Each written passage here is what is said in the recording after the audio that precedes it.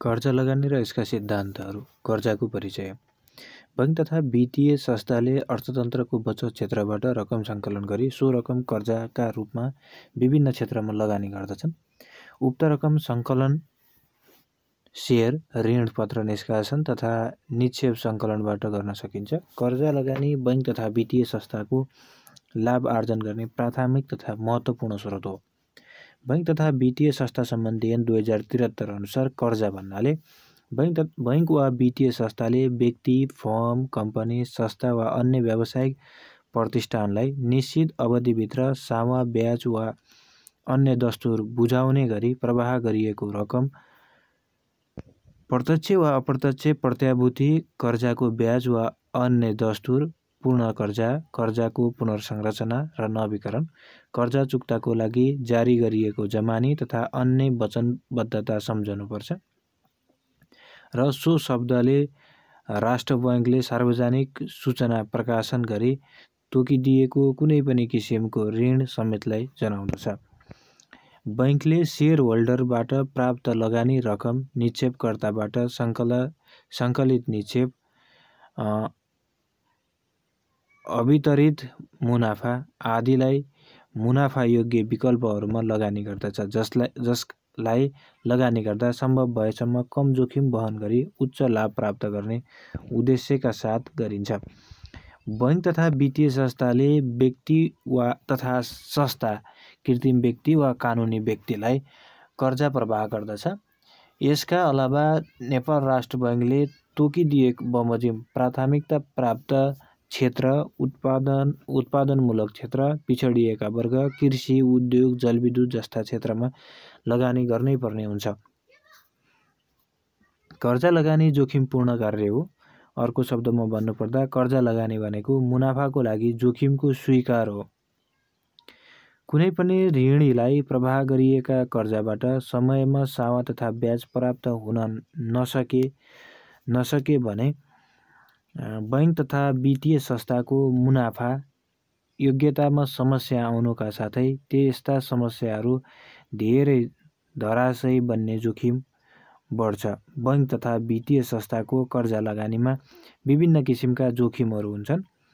कर्जा लगानीका जोखिमहरूमा औद्योगिक जोखिम, कम्पनी जोखिम, वित्तीय जोखिम, सुरक्षण सम्बन्धी जोखिम आदि पर्दछन्। सो जोखिम न्यूनीकरण गरी निक्षेपकर्ता तथा समग्र संस्थाको हितको संरक्षण गर्नु बैंकको दायित्व हो।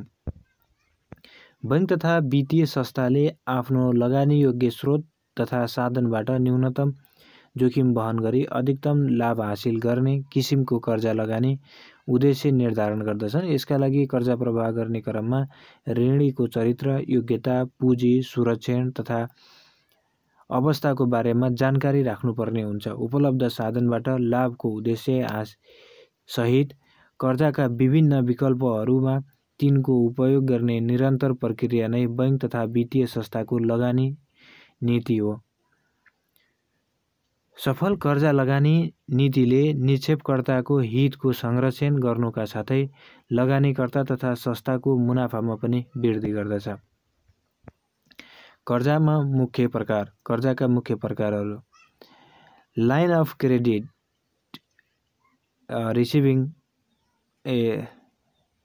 रिभल्भिङ कर्जा, आवधिक कर्जा, ब्रिज कर्जा, सम्पत्तिमा आधारित कर्जा, लीज लगायतका कर्जाहरू बैंकका मुख्य कर्जाहरू पर्दछन्। बैंकले गाडी खरिद, घर निर्माण, मेसिनरी खरिद जस्ता स्थायी प्रकृतिका सम्पत्ति सिर्जना गर्नदेखि लिएर चालु पुँजी कर्जा जस्ता अल्पकालीन प्रकृतिका कर्जाहरू प्रवाह गर्दछ। कर्जाका मुख्य प्रकारहरू देखाए बमोजिम रहेका छन्। लाइन अफ क्रेडिट अन्तर्गत बैंक र संस्थाबीच तोकिएको समस्याको लागि तोकिएको सीमाभित्रको कर्जा प्रवाह गर्ने सहमति हुन्छ। यस्ता कर्जाहरू 1 वर्ष वा सोभन्दा कम अवधिका लागि प्रदान गरिन्छ। यस्तो कर्जाहरू मौद्दात,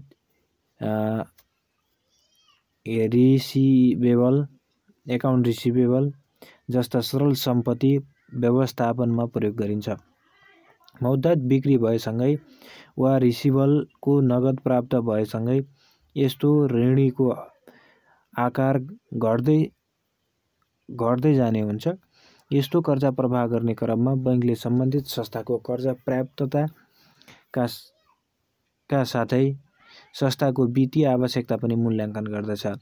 लाइन अफ क्रेडिटले बैंकलाई कर्जा प्रवाह गर्नु कानुनी बाध्यता सिर्जना गर्दैन। तोकिएको अवधिमा यदि सम्बन्धित संस्था वा व्यक्तिले कर्जा पर्याप्तता ह्रास आएको खण्डमा वा बैंकका शर्तहरू पालना नभएको खण्डमा यस्तो सहमति अन्तर्गतको कर्जा प्रवाह गर्न बैंक बाध्य हुँदैन। दोस्रोमा छ रिभल्भिङ कर्जा। बैंकले औपचारिक रूपमै लाइन अफ क्रेडिट सुविधा दिन्छु भनेर प्रवाह गरिने कर्जाहरू रिभल्भिङ कर्जा अन्तर्गत पर्दछन्। यस्ता कर्जाहरू पनि चालु सम्पत्ति एवं दायित्व व्यवस्थापनमा प्रयोग गरिन्छ। स्वीकृति भएको रिभल्भिङ कर्जा प्रवाह गर्नु बैंकको कानुनी दायित्वभित्र रहेको हुन्छ। यसैगरी चाहिएको बखतमा निश्चित रकम उपलब्ध गराउने करनामा गरे बापत बैंकले प्रतिबद्धता शुल्क आर्जन गर्छ। प्रयोग नभएको कर्जामा मात्र संस्थाले प्रतिबद्धता शुल्क तिर्नुपर्छ। संस्थाले माग गरेको बखतमा बैंकले नाइनास्ती नगरिकन तोकिएको सीमाभित्र रहेर ऋण प्रवाह गर्नुपर्छ। उदाहरणको लागि कुनै संस्थाका लागि रु 50 लाख कर्जा स्वीकृति भएकोमा संस्थाले 40 लाख मात्रै कर्जा उपभोग गरेको छ भने उपभोग नगरेको 10 लाखमा मात्र प्रतिबद्धता शुल्क भुक्तानी गर्नुपर्छ। हाल नेपालमा यस्तो कर्जा रु 50 लाखसम्म मात्र दिने मिल्ने व्यवस्था रहेको छ।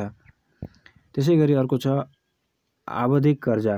व्यक्ति एवं संस्थालाई चाहिने आवधिक कर्जाका मुख्य स्रोत भनेकै बैंकहरू हुन्।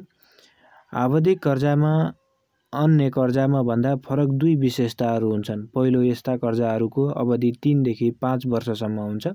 दोस्रो, यस्ता कर्जाहरू औपचारिक करार मार्फत प्रवाह गरिएका हुन्छन्। बैंकको तर्फबाट हेर्दा दीर्घकालीन अवधिको कर्जामा यदि सम्बन्धित सम्पत्ति नै धितोको रूपमा रहेको छ भने यस्तो कर्जाको अवधि सम्पत्तिको आर्थिक म्यादभन्दा बढी हुनुपर्छ।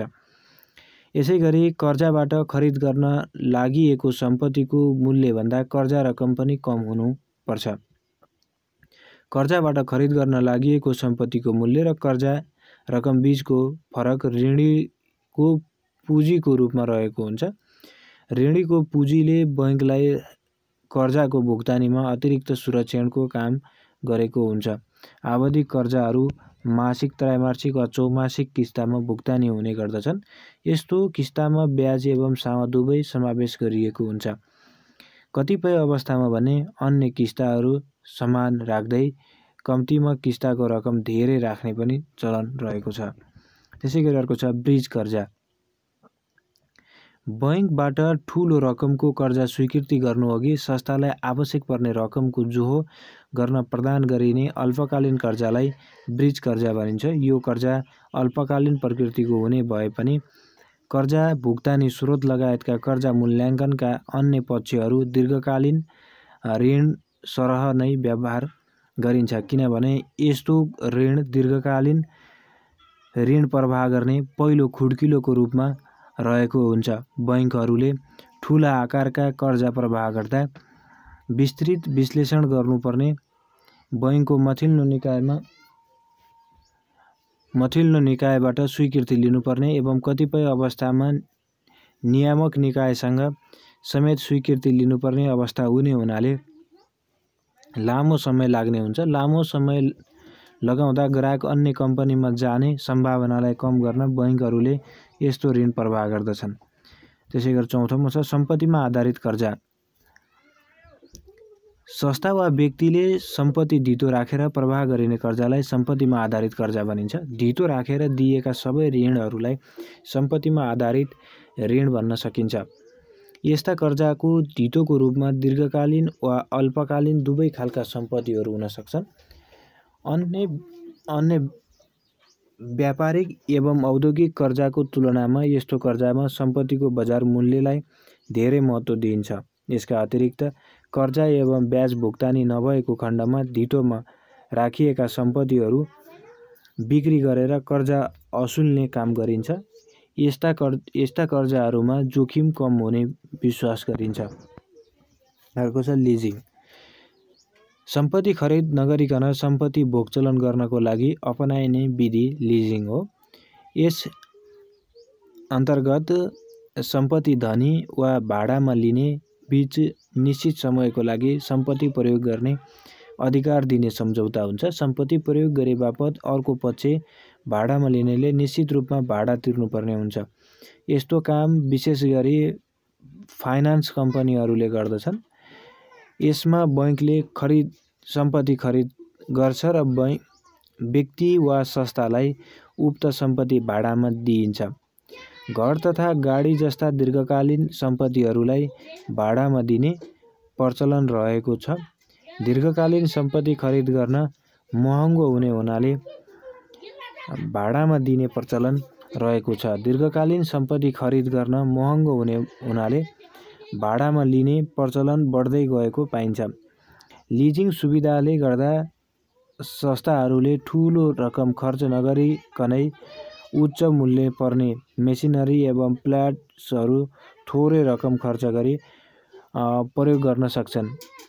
आम्दानीको स्रोत सीमित भएका एवं सम्पत्ति खरिद गर्न पर्याप्त नगद नभएका संस्था एवं व्यक्तिका लागि लिजिङ उपयुक्त हुन्छ। उक्त सम्पत्तिको मर्मत, सम्भार एवं बिमा बापतको खर्च सम्पत्ति धनी वा भाडामा लिने कसले गर्ने भन्ने कुरा उनीहरूबीच करारमा निर्भर हुन्छ।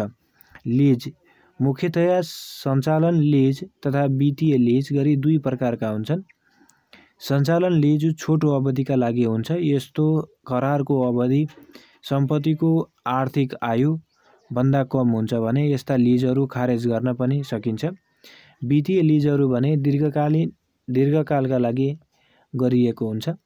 यस्ता लीजहरू सहजै खारेज हुने खालका हुँदैनन् भने लीज समाप्त नहुन्जेलसम्म भाडामा लिने व्यक्ति वा संस्थाले भाडा तिर्नुपर्छ।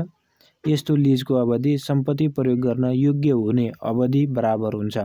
यस्ता लीज बापत प्राप्त हुने किस्तामा भाडा मात्र नभई ब्याज पनि जोडिएको हुन्छ।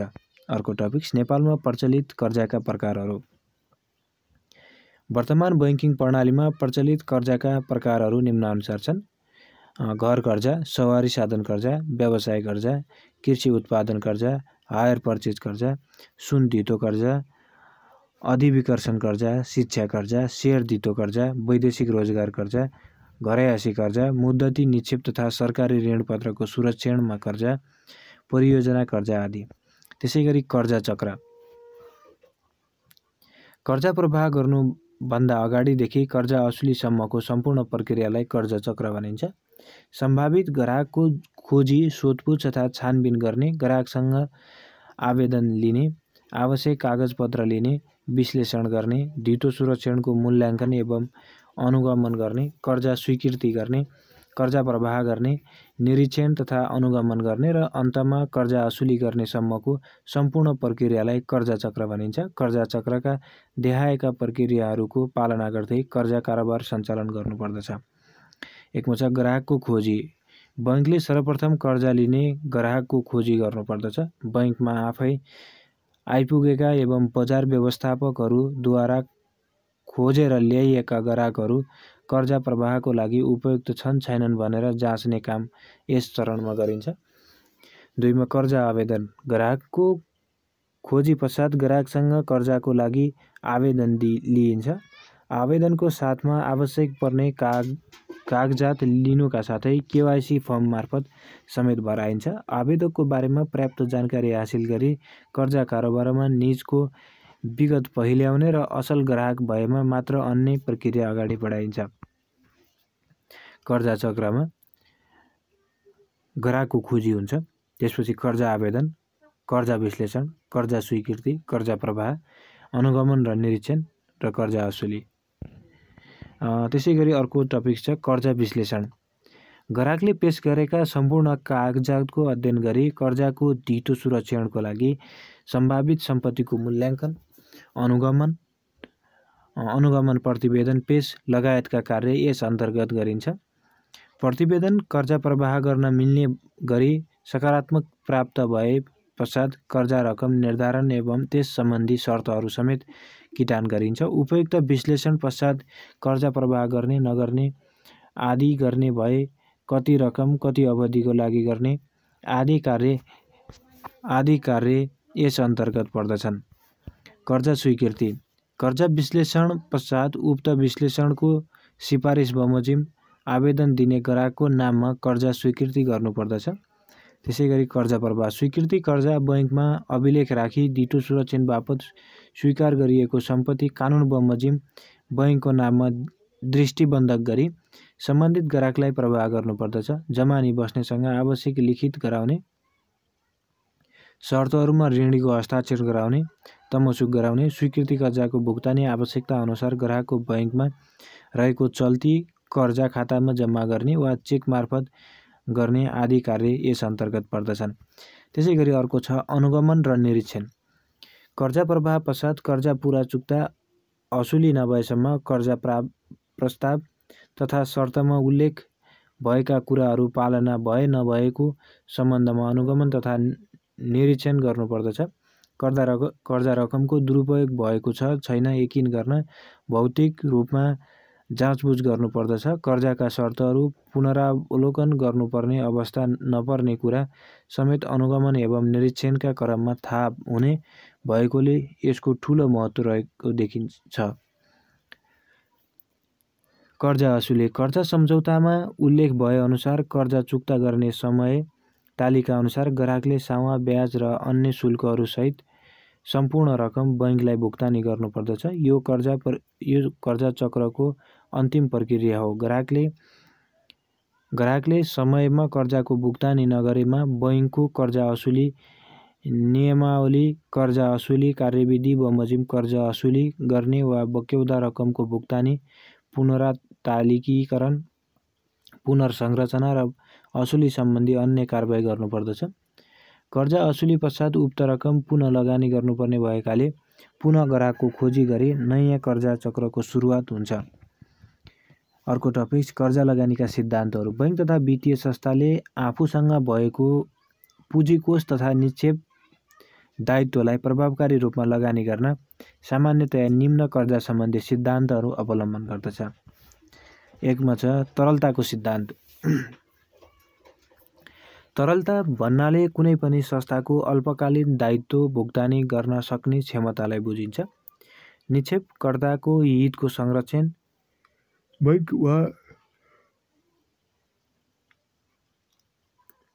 बैंक तथा वित्तीय संस्थाको प्रमुख दायित्व हो। निक्षेपकर्ताहरूले जम्मा गरेको निक्षेप रकम माग गर्न आएका बखत भुक्तानी दिन नसकेमा बैंक तथा वित्तीय संस्था प्रतिको जनविश्वास गुम्न सक्छ। उक्त जोखिमबाट बच्नको लागि बैंक तथा वित्तीय संस्थाले तरलतालाई ध्यानमा राखी आफ्नो लगानी नीति बनाउनु पर्ने हुन्छ। यसका लागि वाणिज्य बैंक तथा वित्तीय संस्थाले एकातिर स्वतः तरलतामा परिणत हुने अल्पकालीन कर्जा प्रदान गर्दछ भने अर्कोतिर अल्पकालमा नगदमा परिणत गर्न सकिने खालका सरकारी प्रत्याभूतिहरूमा लगानी गर्दछ। विकसित देशमा तरलताको मात्रा सामान्यतया 10% मात्रै रहने भए पनि हाम्रो जस्तो अल्पविकसित मुलुकमा 20% सम्म तरलताको अवस्थालाई उचित मानिन्छ। अत्याधिक तरलता रे तरल सम्पत्तिको उत्पादकत्व बढ्ने हुँदा बैंक तथा वित्तीय संस्थाले मौद्रिक नीति मार्फत जारी गरिएका अनिवार्य नगद अनुपात तथा वैधानिक तरलता अनुपात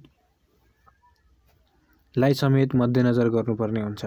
2 नम्बरमा छ सुरक्षाको सिद्धान्त। बैंक तथा वित्तीय संस्थाले निक्षेपकर्ता तथा शेयर होल्डरबाट सङ्कलित रकमलाई कर्जाको रूपमा प्रवाह गर्ने हुँदा बैंकले लगानी गर्दा सुरक्षाको सिद्धान्तलाई ध्यान दिनुपर्ने हुन्छ। निक्षेपकर्ता तथा लगानीकर्ताको हितको संरक्षण बैंक तथा वित्तीय संस्थाको प्रमुख दायित्व पनि हो। यसको व्यवस्थापन सुरक्षाको सिद्धान्तबाट गर्न सकिन्छ। बैंक तथा वित्तीय संस्थाले प्रदान गरेको कर्जा रकम समयमा नै असुली हुन सक्ने गरी लगानी गर्नुपर्दछ। सुरक्षाको सिद्धान्त अनुसार लगानी गर्दा ऋणीको चरित्र, योग्यता, पुँजी, सुरक्षण तथा आर्थिक अवस्थाको बारेमा जानकारी गराउनु पर्दछ। यस सिद्धान्त अनुसार धितो लिएर मात्र कर्जा प्रदान गरिन्छ। सुरक्षण बापत राखिएको धितोको सही मूल्याङ्कन तथा बजार योग्यताको पहिचान गर्नुपर्ने हुन्छ। यस सिद्धान्तको प्रमुख उद्देश्य कर्जालाई भाका नाग्ने गरी रहन नदिनु, कर्जा लगानी असुली गर्न नसक्ने जोखिम कम गर्नु यस सिद्धान्तको प्रमुख उद्देश्य हो। त्यसैगरी तेस्रो नम्बरमा छ मुनाफाको सिद्धान्त। बैंक तथा वित्तीय संस्थाहरू मुनाफामुखी संस्थाहरू हुन्। यिनको प्रमुख उद्देश्य वित्तीय उपकरण तथा वित्तीय सेवा प्रदान गरी अधिकतम नाफा आर्जन गर्नु हो। लगानी योग्य पुँजी सङ्कलन गर्दा बैंकले निश्चित लागत रकम तिर्नुपर्ने हुन्छ। अतः लगानी गर्दा सो लागत भुक्तानी गरी मुनाफा अधिक गर्नको लागि आफ्नो स्रोतको अधिकतम आय हुने किसिमको विकल्पमा लगानी गर्नुपर्ने हुन्छ। तरल सम्पत्तिको प्रतिफल नहुने वा कम हुने हुँदा लगानी गर्दा जोखिम तथा तरलताको लागत समेतलाई मध्यनजर गर्नुपर्ने हुन्छ।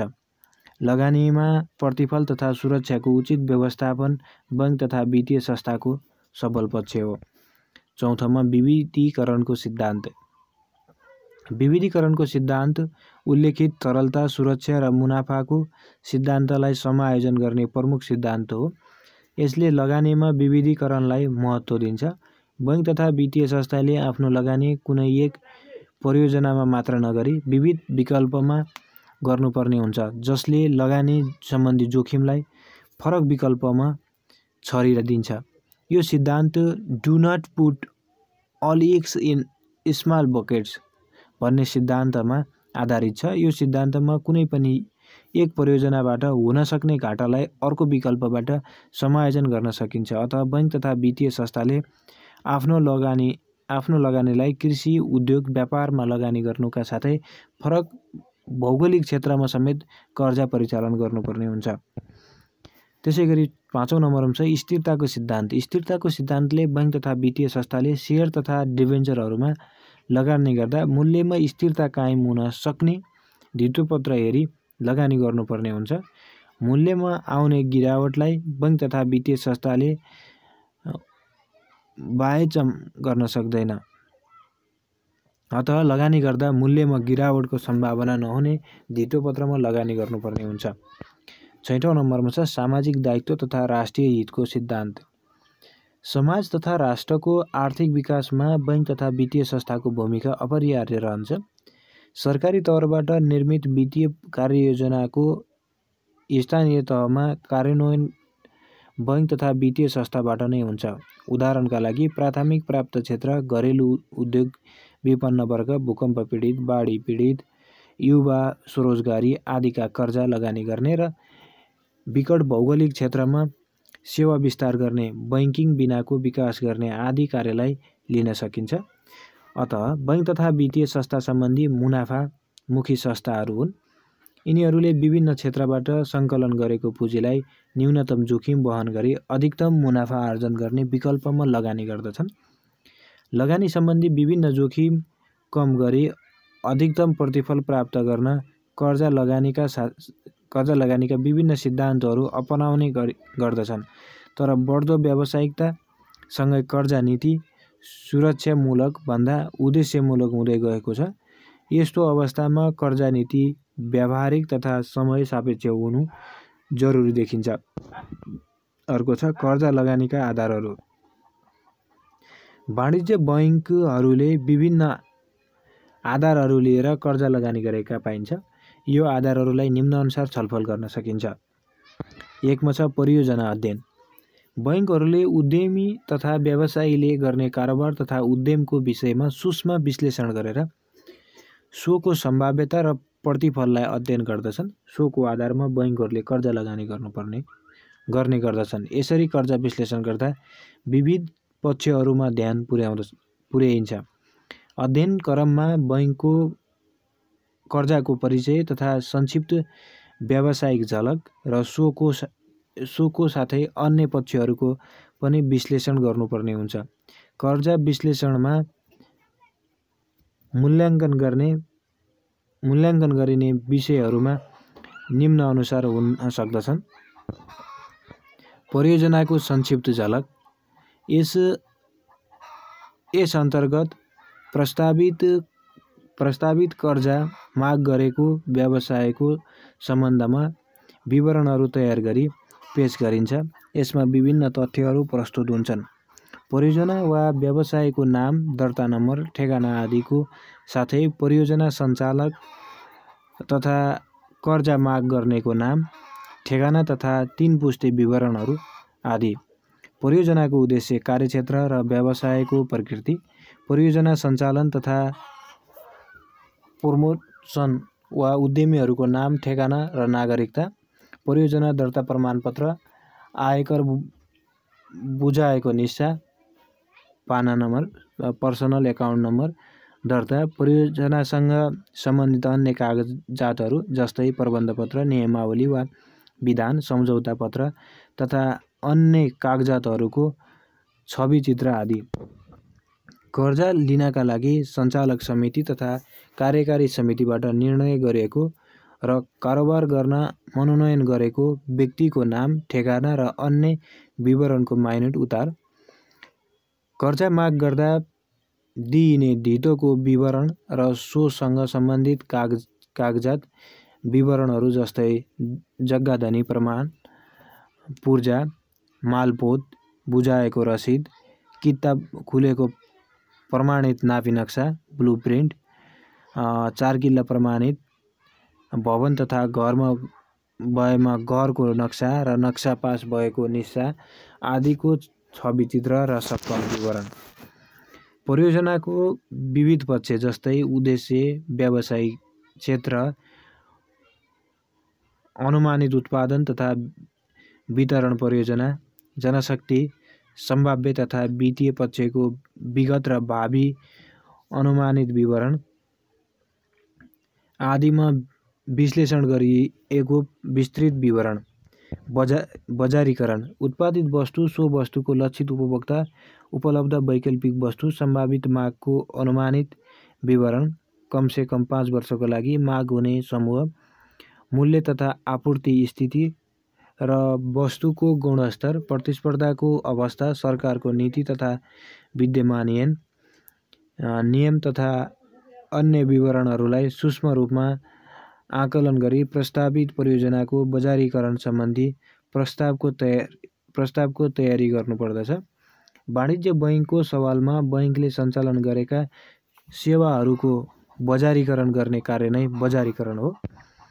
प्राविधिक पक्ष, यस अन्तर्गत सो वस्तु वा सेवाको उत्पादन गर्न उपलब्ध मेसिनरी, भौतिक अवस्था, आवास तथा भवनको अवस्थिति, लेआउट, वितरण, उत्पादन क्षमता, अधिकतम उत्पादन क्षमताको उपयोग, कच्चा पदार्थको आपूर्ति व्यवस्था, उत्पादित वस्तुहरू तथा उप-उत्पादन आदि विषयमा गम्भीरतापूर्वक प्राविधिक विषय सम्बन्धी सूचना तयार गरिन्छ। व्यवस्थापन पक्ष, प्रस्तावित परियोजनाको व्यवस्थापन पक्षको सम्बन्धमा उपलब्ध जनशक्ति, शैक्षिक योग्यता, तालिम तथा अनुभव विवरण, व्यवस्थापकीय क्षमता, परियोजना व्यवस्थापन सम्बन्धी प्रस्ताव, सङ्गठन र परियोजना व्यवस्थापन, लागत, कार्य विवरण, कार्यान्वयन तालिका, व्यवस्थापकीय प्रतिबद्धता, कार्य सम्पादन सम्बन्धी लेखाङ्कन र सक्षम र सबल जनशक्ति विवरण आदिको विस्तृत विवरणहरू व्यवस्थापन पक्षमा समावेश गर्न जरुरी हुन्छ। सामाजिक तथा वातावरणीय पक्ष, परियोजनाको सामाजिक तथा वातावरणीय पक्षमा सो परियोजनाको सम्बन्धमा स्थानीय जनताको धारणा, वस्तुस्थिति र यसले वातावरणमा पर्न सक्ने प्रभाव आदि विषयहरू यसमा समावेश हुन्छन्। परियोजनाले जनसाधारण तथा स्थानीय जनतालाई प्रत्यक्ष असर पर्ने खालको अवस्था भएमा सो व्यवसाय राम्रोसँग सञ्चालन हुन सक्दैन। वातावरणीय पक्षको विचार गर्दा यसबाट उत्पादन हुन सक्ने प्रदूषण, सो प्रदूषणको रोकथाम, पानी तथा अन्य प्राकृतिक स्रोतहरूको प्रयोग र स्थानीय जनताको स्वीकृति आदि पक्षमा विश्लेषण गरिनुपर्दछ। सामाजिक पक्षमा परियोजनाबाट स्थानीय जनतालाई हुन सक्ने फाइदा, रोजगारीका अवसर, कर, अन्तरशुल्क वा अन्य विवरण समावेश गर्न सकिन्छ। आर्थिक पक्ष परियोजनाको अत्यन्तै महत्त्वपूर्ण पक्ष आर्थिक पक्ष हो। आर्थिक पक्षमा परियोजना लागत, लागतको बाँडफाँड तथा वित्तीय स्रोत, चालु तथा स्थिर पुँजी र यसको आपूर्ति व्यवस्था, सञ्चालन लागत तथा खर्च, वस्तु वा सेवा बिक्रीबाट प्राप्त हुने आम्दानी विवरण, प्रक्षेपित नाफा नोक्सान विवरण, अनुमानित नगद प्रवाह विवरण, बैंकिङ कर्जाको अवधि र परिमाण, कर्जाको भुक्तानी कार्यक्रम, निक्षेपित वासलात विवरण, विभिन्न अनुपातिक विवरणहरू जस्तै पुँजी फिर्ता हुन लाग्ने अवधि, औसत प्रतिफल, हानि, लाभ हानि पर बिन्दु, कर्जा तथा पुँजी अनुपात, पुँजीको प्रतिफल, बैंकिङ कर्जा कम भएमा कर्जा आपूर्ति सम्बन्धी व्यवस्था आदि पक्षमा विश्लेषण गरिएर परियोजनाको आर्थिक पक्ष तयार गरिन्छ। यसमा नै सो लगानी, सेयर पुँजी तथा बैंकिङ कर्जाको आवश्यकतालाई परियोजनाको आर्थिक तथा मुनाफाको अवस्थालाई गम्भीरतापूर्वक विश्लेषण गरी प्रस्ताव तयार गरिन्छ। माथि उल्लेखित विवरण साथ यस परियोजनाले को प्रस्तावलाई बैंकले गम्भीरतापूर्वक विश्लेषण मूल्याङ्कन गरी सबै पक्षमा सकारात्मक प्रतिफल देखाइएको खण्डमा मात्र कर्जा प्रशोधन गर्दछ। कर्जा प्रशोधनको क्रममा बजारको अवस्था, वस्तु उत्पादन प्रतिस्पर्धाको स्थिति, बजारको अवस्थिति, माग तथा आपूर्ति, कच्चा पदार्थको आपूर्ति जस्ता पक्षमा मूल्याङ्कन गरी यकिन गरिन्छ। त्यस्तो सो परियोजनाको प्राविधिक पक्षमा पनि सोही अनुसार मेसिनरी उत्पादन क्षमता र इन्धन आपूर्ति आदि विषयमा मूल्याङ्कन र विश्लेषण गरिएको हुन्छ। परियोजना व्यवस्थापन क्षमता तथा व्यवस्थापनका सबल र दुर्बल पक्षमा ध्यान दिएर मूल्याङ्कन गर्ने व्यवस्था गरिन्छ। कार्यतालिका, योजना तथा व्यवस्थापनको क्षमता तथा दक्षताको समेत प्रभावकारी ढङ्गले मूल्याङ्कन गरी परियोजनाको सामाजिक र वातावरणीय अवस्था सम्बन्धी निर्केल गर्ने व्यवस्था छ। परियोजनाको आर्थिक पक्षलाई महत्त्व दिई पुँजीगत बजेट, कर्जा प्रवाहको आवश्यकता, आम्दानी खर्चको विवरण, नगद प्रवाहको अवस्था, भुक्तानी कार्यक्रम र वासलात विवरण आदिको सूक्ष्म विश्लेषण गरिन्छ। यसैगरी विभिन्न अनुपातिक विश्लेषण गरिन्छ। यस्तो विश्लेषण गर्दा सन्तुलन पर बिन्दु अवस्था अत्यन्तै महत्त्वपूर्ण मानिन्छ। त्यस्तै कर्जा तथा सो लगानी अनुपात, कर्जा प्रतिफल अनुपात, कर्जा भुक्तानी अवधि आदि जस्ता पक्षमा गम्भीर हुन जरुरी हुन्छ। उपरोक्त सबै पक्षमा सकारात्मक अवस्था विद्यमान रहेको खण्डमा परियोजनाको चयन गरी बैंक कर्जा प्रवाह गर्नेतर्फ प्रक्रिया प्रारम्भ गर्दछ। 2 धितो सुरक्षण। उपरोक्त अनुसार कर्जाको प्रस्तावित परियोजना सकारात्मक देखिएमा सो परियोजनालाई नै धितो मानेर पनि बैंकहरूले कर्जा प्रवाह गर्न सक्दछन्। कतिपय अवस्थामा बैंकहरूले छुट्टै अचल सम्पत्ति धितो पनि माग गर्दछन्। धितोलाई खास गरी 5 वर्गमा विभाजन गर्ने गरिन्छ। 1 छ अचल सम्पत्ति। बैंकहरूले ग्राहक तथा निजको तर्फबाट निज वा अन्य ग्राहक वा व्यक्तिहरूको जग्गा, घर टहरा वा त्यस्तै निर्माण गरिएको सम्पत्तिलाई धितो लिए कर्जा प्रवाह गर्दछन्। यस्तो सम्पत्तिहरू खोला वा नदीले नकाटेको, खाल्टो पोखरी नभएको तर माछा पालन व्यवसाय यस्तो पोखरी पनि, हाइटेन्सन लाइनमा नपरेको, सडक तथा सरकारी अधिकरण नभएका, नगद विकास कोषले अधिकरण नगरेको, जग्गा र घरको हकमा केस अनुसार हुने, सरकारी कार्यालयमा दर्ता भएको, नापी नक्सा अथवा स्पष्ट किटान गरेको, कुनै झै झगडा वा अदालतमा मुद्दा मामिला नपरेको, कानुनी हद म्याद पुगेको, अंशबन्डाको 3 महिना म्याद पुगेको, रजिस्ट्रेसन पारित भएको, 6 महिना 35 दिन पुगेको र बकस पत्रको हकमा 2 वर्ष अवधि पुगेको जग्गा बैंकहरूले धितो लिने गरेको देखिन्छ। त्यस्तै मोही लागेको जग्गाको हकमा मोहीको हिस्सा बराबर तथा नगरपालिकामा निर्माण भएका टहरा भवन वा घरको हकमा नक्सा पारित भएको हुनुपर्ने व्यवस्था पनि छ।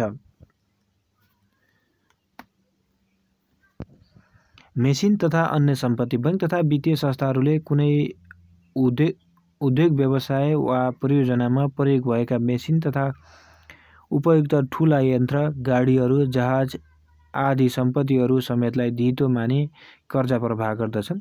यसरी कर्जा प्रवाह गर्दा अन्य निर्माण सामग्री वा व्यवसायमा प्रयोग हुने यन्त्र पनि धितो राखी कर्जा प्रवाह गर्न सक्दछन्। यस्तो धितो बैंकको नाममा बिमा गराउनु पर्दछ।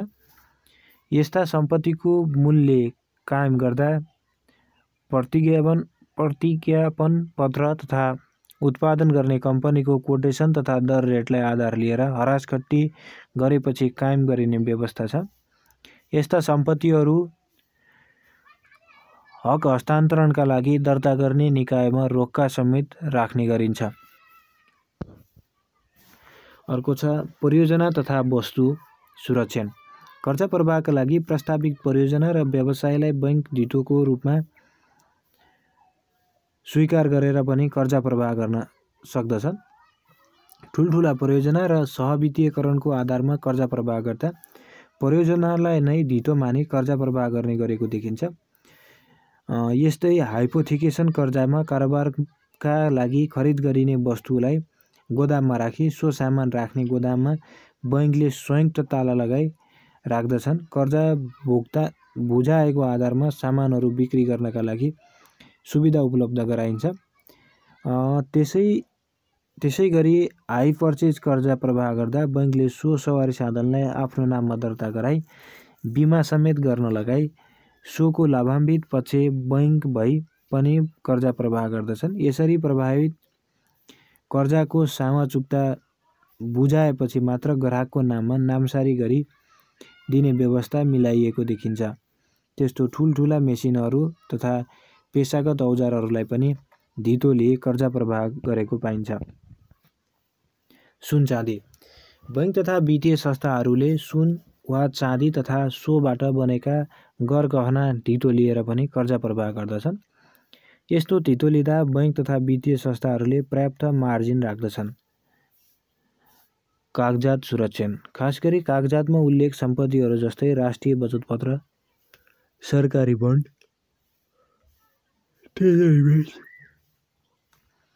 ट्रेजरी बिल, पतितपत्र बिल्स, शेयर प्रमाणपत्रहरू, डिबेन्चर, बैंकहरूमा जम्मा भएको मुद्दती निक्षेप रसिद, जीवन बिमा प्रलेखहरू वा अन्य त्यस्तै खालका सम्पत्तिहरूलाई बैंकले धितो लिई कर्जा प्रवाह गर्न सक्दछ। यस्तो सम्पत्तिको मूल्याङ्कन गर्दा अङ्कित मूल्यमा वा बजार दरमा आधारित मानी यकिन गरिन्छ। यसरी यकिन गरिएको मूल्यमा मार्जिन कटाई वा नकटाई बैंकले कर्जा प्रवाह गर्दछन्। कर्जा प्रवाह गर्नु पूर्व यस्ता कर्जाहरूलाई बैंकहरूले आफ्नो नाममा रोक्का राख्दछन्।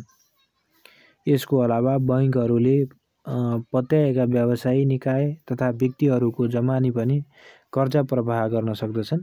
यस्ता जमानीहरू स्वीकार गर्ने सम्बन्धमा प्रत्येक बैंक वा वित्तीय संस्थाहरूले आफ्नो हिसाबले कार्यविधि बनाई लागू गरेको देखिन्छ।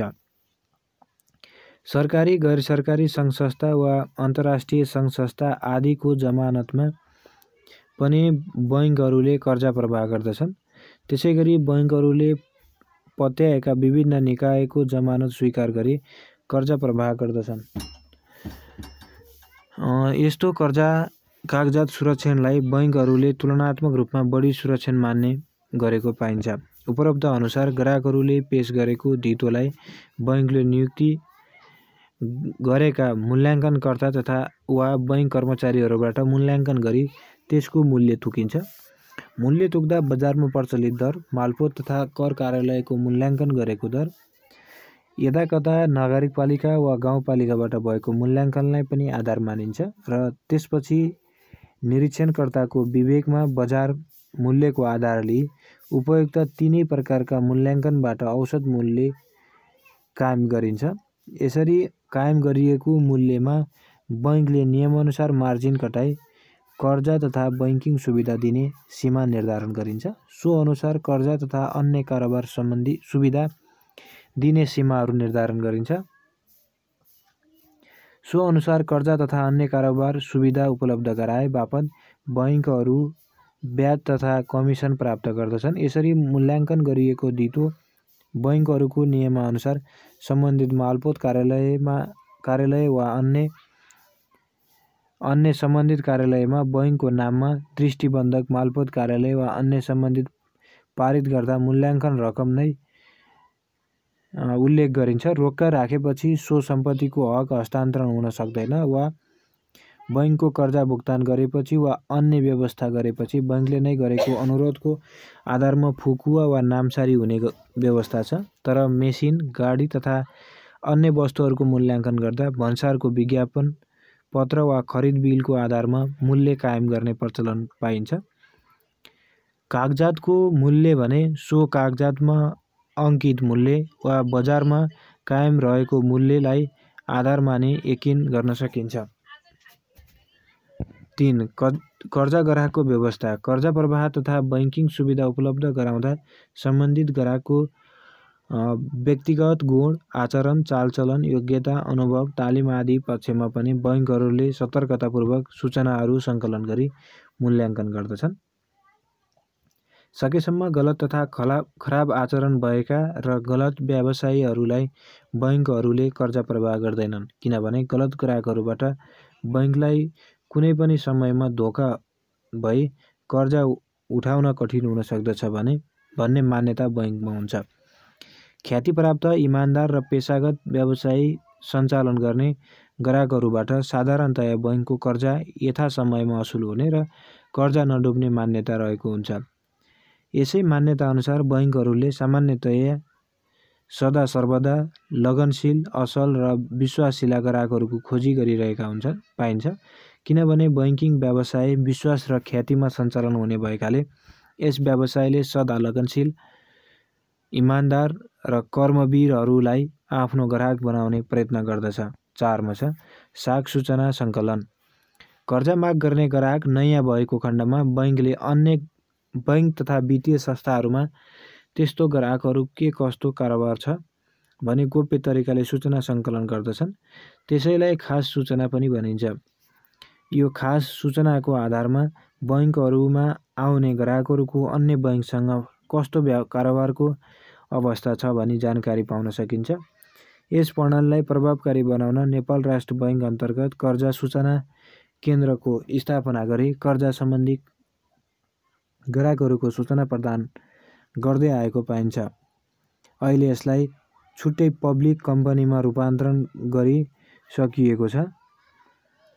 त्यसैगरी प्रत्येक बैंक वा वित्तीय संस्थाले आफ्नो केन्द्रीय कार्यालयमा एउटा इकाइ खडा गरी कर्जा सूचना केन्द्र लिमिटेडसँग र आफ्नो शाखाहरू बीचमा कर्जा कारोबार भएको सूचना आदान प्रदान गर्ने प्रबन्ध मिलाएको देखिन्छ।